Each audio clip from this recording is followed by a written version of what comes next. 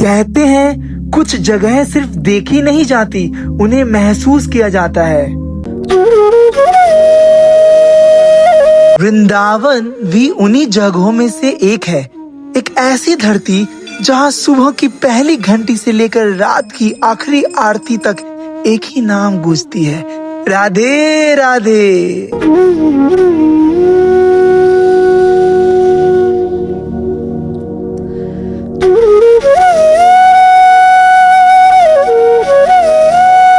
कोई शांति की तलाश में आता है, कोई इतिहास को समझने, और कोई बस इस आस में कि शायद एक पल के लिए ही सही वृंदावन को अपने दिल से महसूस कर सके।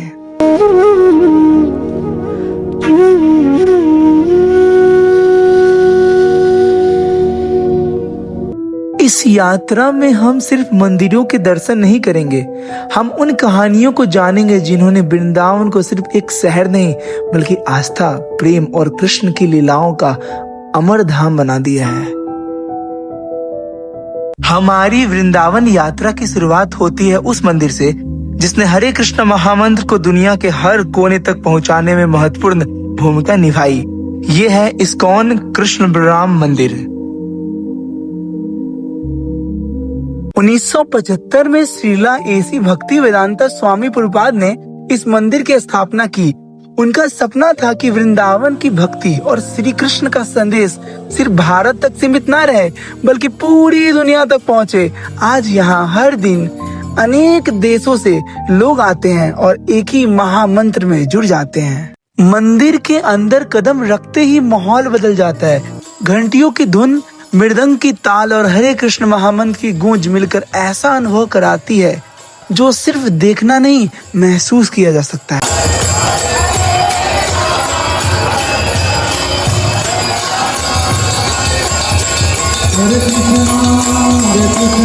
मंदिर के मुख्य ऑल्टर पर श्री कृष्ण और श्री बलराम विराजमान हैं। ब्रज की परंपरा में बलराम को कृष्ण के बड़े भाई और उनके सहायक के रूप में याद किया जाता है। यहाँ दर्शन के दौरान भक्तों की आंखों में जो श्रद्धा दिखती है वही इस मंदिर की पहचान है। इस मंदिर में श्री श्री राधा श्याम सुंदर के दर्शन भी होते हैं। हर दिन अलग अलग श्रृंगार और फूलों की सेवा के साथ दर्शन का अनुभव भी नया लगता है। अब हम पहुँचे हैं श्रीला प्रभुपाद के पुष्प समाधि में। ये सिर्फ एक स्मारक नहीं बल्कि उस व्यक्ति की याद है जिन्होंने 1965 में लगभग 70 वर्ष की आयु में भारत से अमेरिका की यात्रा शुरू की और हरे कृष्ण महामंत्र को दुनिया भर में पहुंचाने का अभियान आरंभ किया। मंदिर परिसर की गौशाला भी सेवा का एक महत्वपूर्ण हिस्सा है। ब्रज की संस्कृति में गायों को विशेष सम्मान दिया गया है और कृष्ण के जीवन की कई कहानियां उनके गोपाल रूप और गायों की सेवा से जुड़ी हुई है। यहाँ उनकी देखभाल और सेवा की परंपरा आज भी जीवित है। इस्कॉन कृष्ण बलराम मंदिर सिर्फ हमारी यात्रा की शुरुआत है, लेकिन वृंदावन की कहानियां इससे कई ज्यादा पुरानी हैं। अब हम चलेंगे उस मंदिर की ओर जो वृंदावन के सबसे प्राचीन और महत्वपूर्ण मंदिरों में से एक माना जाता है, श्री श्री राधा मदन मोहन मंदिर। वृंदावन के ऊंचे टीले पर बना ये मंदिर सिर्फ अपनी खूबसूरती के लिए नहीं बल्कि अपनी सदियों पुरानी कहानी के लिए भी जाना जाता है। यह है श्री राधा मदन मोहन मंदिर, वृंदावन के सबसे पुराने और प्रसिद्ध मंदिरों में से एक। ऐसा माना जाता है कि मदन मोहन जी का यह दिव्य विग्रह पहले मथुरा के पास मिला था। बाद में इसकी सेवा संत सनातन गोस्वामी ने शुरू की। वे बहुत सादगी से रहते थे और जो भी मिलता वही प्रेम से भगवान को अर्पित कर देते थे। इस मंदिर की कहानी जुड़ी है एक व्यापारी से। एक दिन एक व्यापारी का जहाज जमुना में फंस गया। परंपरा के अनुसार उसने मदन मोहन जी से प्रार्थना की और उसका जहाज सुरक्षित निकल गया।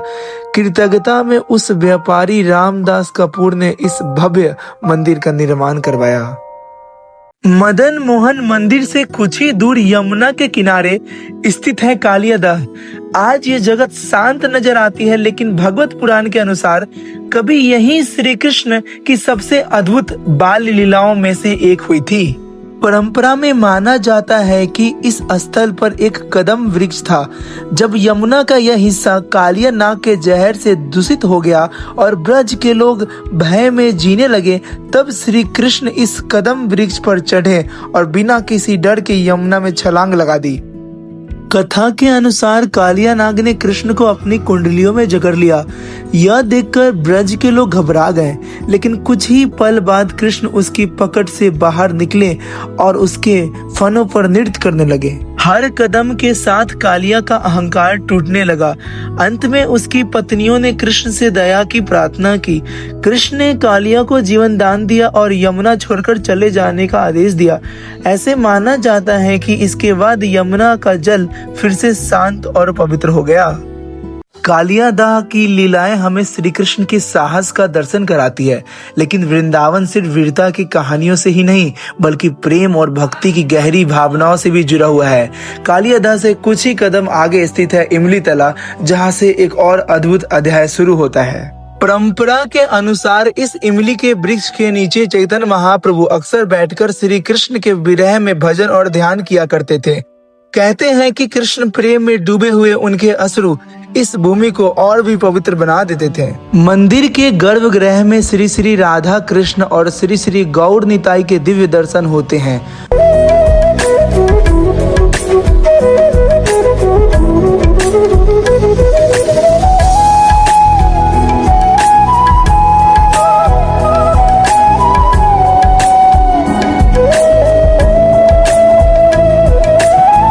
भक्त यहाँ दर्शन करके कुछ पल शांति से बैठते हैं और हरिनाम संकीर्तन में भाग लेते हैं। इमली तला की शांति से निकलते ही हम पहुँचते हैं यमुना के उस तट पर, जिसे वृंदावन के सबसे सुंदर और ऐतिहासिक घटनाओं में से एक माना जाता है, केसी घाट।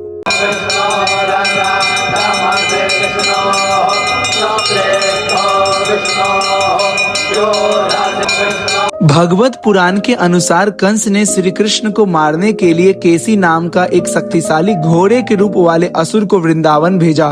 कहते हैं कि उसने ब्रज में भय का माहौल बना दिया था। जब कृष्ण का सामना केसी से हुआ तो एक भयानक युद्ध हुआ। अंत में कृष्ण ने अपने हाथ केसी के मुंह में डाल दिया। कृष्ण के सामने केसी टिक न सका और उसका अंत हो गया। ऐसा माना जाता है कि इस लीला की याद में इस स्थल का नाम केसी घाट पड़ा। आज यहाँ की शांत यमुना को देखकर शायद अंदाजा भी नहीं लगता कि इस भूमि से इतनी प्रसिद्ध लीला जुड़ी है। आज केसी घाट सिर्फ एक घाट नहीं, बल्कि वृंदावन की कहानियों का एक जीवंत अध्याय है। यमुना का हर लहर जैसे उन लीलाओं की याद अपने साथ बहाकर ले जाती है। यमुना की इसी तट पर कुछ ही दूर एक ऐसा स्थल भी है जहाँ कृष्ण की वीरता नहीं, बल्कि उनकी माधुर बांसुरी और दिव्य प्रेम की लीलाओं को याद किया जाता है, जिसे हम बंसी बट के नाम से जानते हैं। इसी बट वृक्ष के नीचे श्री कृष्ण अपनी दिव्य बांसुरी बजाया करते थे। उनकी बांसुरी की माधुर धुन सिर्फ संगीत नहीं थी, बल्कि प्रेम से भरी एक दिव्य पुकार थी। कहते हैं उस बांसुरी की धुन सुनकर ब्रज की गोपियां सब कुछ छोड़कर कृष्ण की ओर खींची चली आती थी। इस दिव्य मिलन से महारास की लीला जुड़ी मानी जाती है, जिस भक्ति में भगवान और भक्त के निष्काम प्रेम का प्रतीक माना जाता है। भक्ति परंपरा में ऐसा विश्वास है कि कृष्ण की दिव्य लीलाएं नित्य है, और जब किसी का हृदय पूरी तरह निर्मल होकर प्रेम भक्ति में स्थिर हो जाता है, तब वो इन लीलाओं का अनुभव करने का कृपा प्राप्त कर सकता है। यहाँ राधा कृष्ण के पवित्र चरण चिन्ह भी स्थापित हैं। भक्तों के लिए ये सिर्फ पत्थर पर बने निशान नहीं, बल्कि उस दिव्य उपस्थिति का स्मरण है जिसने सदियों से वृंदावन को प्रेम और भक्ति की भूमि बना रखा है। लेकिन महाराज की इस दिव्य लीला को देखने की इच्छा सिर्फ ब्रजवासियों की नहीं थी।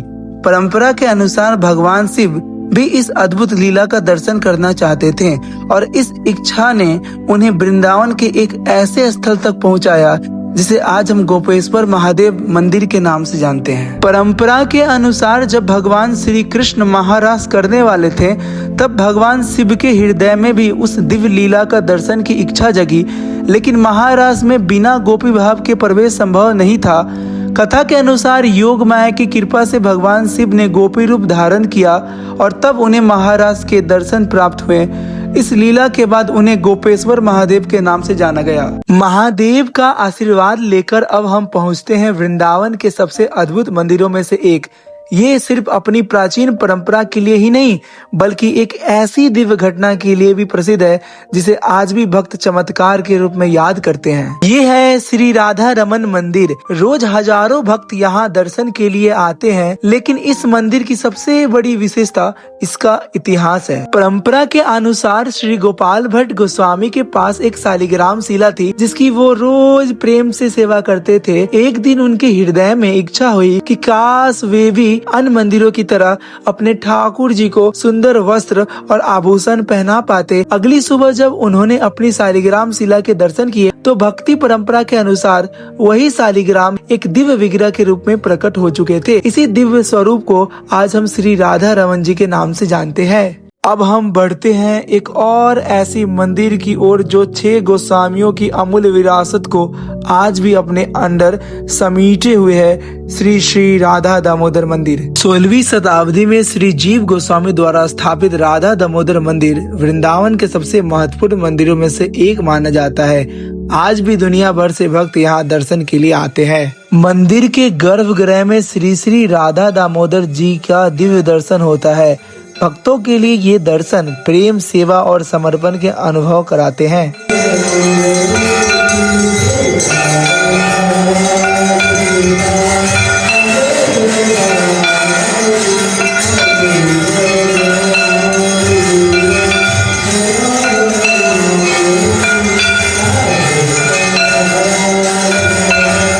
राधा दामोदर मंदिर सिर्फ दर्शन का ही स्थल नहीं बल्कि वृंदावन के महान संतों की पवित्र भूमि भी है। यही श्रीला रूप गोस्वामी, श्रीला जीव गोस्वामी और श्रीला कृष्णदास कविराज गोस्वामी जैसे महान आचार्यों की समाधियां स्थित है। इन महान संतों ने अपने पूरा जीवन श्री कृष्ण भक्ति के प्रचार और ग्रंथों की रचना में समर्पित कर दिया। राधा दामोदर मंदिर का एक और विशेष आकर्षण है वो छोटा सा कमरा जहां श्रीला प्रभुपाद ने कई वर्ष निवास किया। इसी कमरे में बैठकर उन्होंने श्रीमद् भागवतम की अंग्रेजी अनुवाद लिखना शुरू किया और यहीं से दुनिया भर में कृष्ण भक्ति का संदेश ले जाने की तैयारी की। राधा दामोदर के दर्शन करने के बाद वृंदावन की साखिरी गलियों में आगे बढ़ते ही भीड़ बढ़ने लगती है। हर किसी के जुबान पर बस एक ही नाम होता है, बांके बिहारी लाल की जय। और कुछ ही पल बाद हम पहुंच जाते हैं वृंदावन के सबसे प्रसिद्ध मंदिरों में से एक श्री बांके बिहारी मंदिर। बांके बिहारी लाल की मंदिर की गर्भगृह में श्री बांके बिहारी जी के दिव्य दर्शन होते हैं। बांके का अर्थ है 3 स्थानों से मुड़े हुए और बिहारी का अर्थ है जो वृंदावन में दिव्य लीला करते हैं। इस त्रिभंग मुद्रा में विराजमान श्री कृष्ण का यह स्वरूप भक्तों के हृदय को तुरंत अपनी ओर आकर्षित कर लेता है। यहाँ एक अनोखी परंपरा भी है। थोड़ी थोड़ी देर में बिहारी जी के सामने पर्दा लगाया और हटाया जाता है। भक्तों को विश्वास है कि उनकी प्रेम भरी दृष्टि इतनी आकर्षक है कि भक्त उनमें पूरी तरह लीन हो जाते हैं। वृंदावन की यात्रा अब हमें एक और प्राचीन मंदिर की ओर ले चलती है जिसका इतिहास लगभग 500 साल पुरानी है, श्री गोपीनाथ मंदिर। श्री गोपीनाथ मंदिर वृंदावन के प्राचीन और महत्वपूर्ण मंदिरों में से एक माना जाता है। गौड़िया वैष्णव परंपरा के अनुसार इस दिव्य विग्रह की सेवा श्री मधु पंडित गोस्वामी ने शुरू किया था। मंदिर के गर्भगृह में श्री राधा गोपीनाथ जी का दिव्य दर्शन होते हैं। आज भी देश और विदेश से आने वाले भक्त यहाँ दर्शन करके कृष्ण भक्ति का अनुभव करते हैं। गोपीनाथ जी के दर्शन करने के बाद हम पहुँचे हैं निधिवन। ऐसा माना जाता है कि निधिवन के वृक्ष रात के समय गोपियों के रूप में दिव्य लीला में शामिल होते हैं। मंदिर में शयन सेवा के दौरान राधा कृष्ण के लिए माखन, मिश्री, पान और श्रृंगार के वस्तुएं रखी जाती हैं। भक्तों का विश्वास है कि सुबह जब पट खुलते हैं तो ये भोग ग्रहण किए हुए और श्रृंगार बिखरे हुए मिलते हैं। इसी कारण लाखों श्रद्धालुओं निधि वन को केवल एक वन नहीं बल्कि श्री राधा कृष्ण के जीवंत लीला भूमि मानते हैं। वृंदावन की इस दिव्य यात्रा में साथ देने के लिए धन्यवाद। राधे राधे। मिलते हैं अगली वीडियो में।